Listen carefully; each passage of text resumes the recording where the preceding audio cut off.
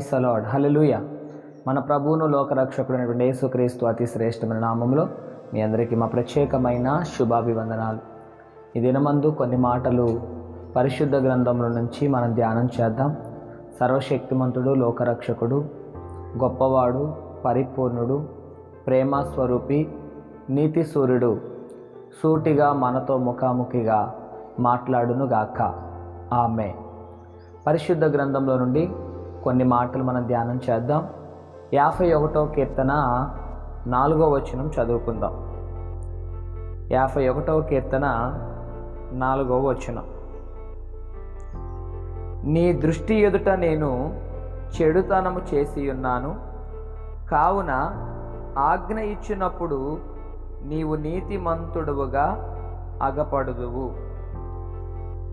చూడండి, పరిశుద్ధ గ్రంథంలో నుంచి దేవాది దేవుని గురించి కొన్ని మాటలు మనం ధ్యానం చేద్దాం.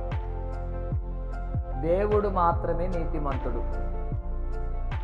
ఆయన నీతిని అనుసరించే దేవుడు. ఆయన పరిపాలనలో నీతి ఉంది, ఆయన మాటలో నీతి ఉంది. సమస్త విషయములో నీతి గలిగిన దేవుడు పరిశుద్ధాత్ముడు యేసుక్రీస్తు ప్రభువారు మాత్రమే. ఆ నీతి గల దేవుడు మాట్లాడుతున్న మాట ఏంటంటే, మనం ఎప్పుడైతే పాపం చేస్తామో మన పాపాలను బట్టి ఆయన నీతిమంతుడుగా ఉండి తీర్పు తీర్చువాడై ఉన్నాడు. అందుకే ఈ కీర్తన భాగములో దావీదు భక్తుడు రాస్తున్న మాట ఏంటంటే, నీ దృష్టి ఎదుట నేను చెడుతనము చేసి ఉన్నాను. దేవుని బిడ్డలారా, దావీదు భక్తుడు బెత్షెబాతో పాపం చేసి దేవునికి ఆ సమయమందు అయిష్టమైనటువంటి జీవితము జీవించాడు.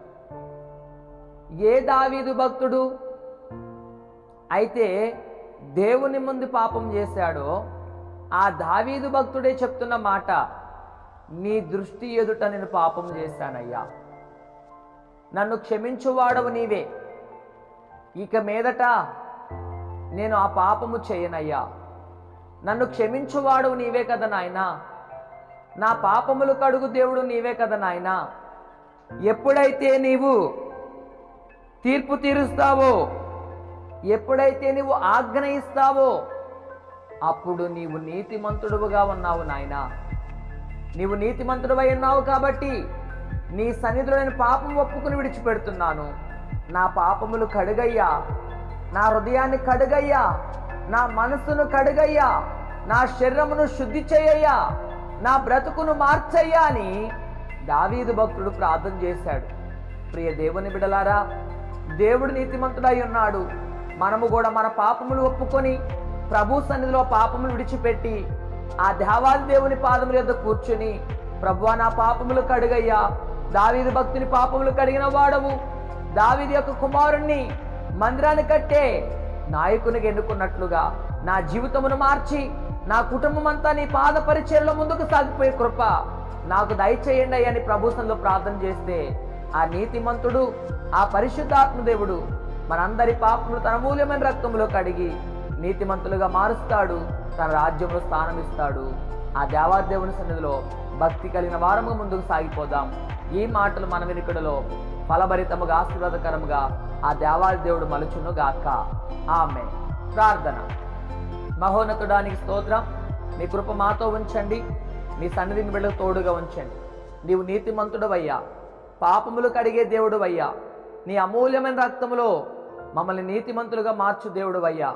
తండ్రి, నేను నీ దృష్టి ఎదుట పాపము చేస్తున్నానని దావీదు భక్తుడు ఎలాగైతే మీ సన్నిధిలో ఒప్పుకున్నాడో, మేము కూడా అట్టి రీతిగా మా పాపములు ఒప్పుకొని మీ ఎదుట నీతిమంతులుగా మార్చబడే కృప, భాగ్యము, ధన్యత ప్రతి ఒక్కరికి దయచేయమని అడుగుతూ యేసు నామములో ప్రార్థిస్తూ వేడుకుంటున్నాం పరమ తండ్రి. ఆమేన్. త్రియేక దేవుని కృప ఇప్పుడును ఎల్లప్పుడును ఈ ప్రార్థనలో పాల్గొన్న ప్రతి ఒక్కరికి సదా తోడే నడిపించును గాక. Amen.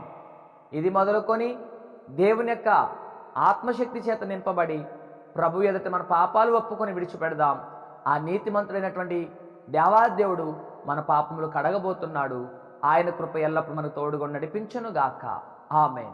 Praise the Lord. God bless you all.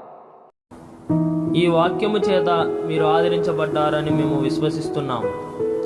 కావున ఈ వాక్య పరిచర్య మరింత ముందుకు కొనసాగడానికి ఈ సందేశాన్ని మీ బంధువులకు, స్నేహితులకు, కుటుంబ సభ్యులకు షేర్ చేయండి. మీ ప్రార్థన అవసరతల కొరకు సంప్రదించవలసిన మా ఫోన్ నంబర్ 6303592508.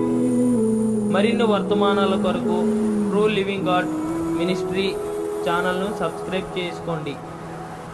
దేవుడు మిమ్మల్ని దీవించును గాక.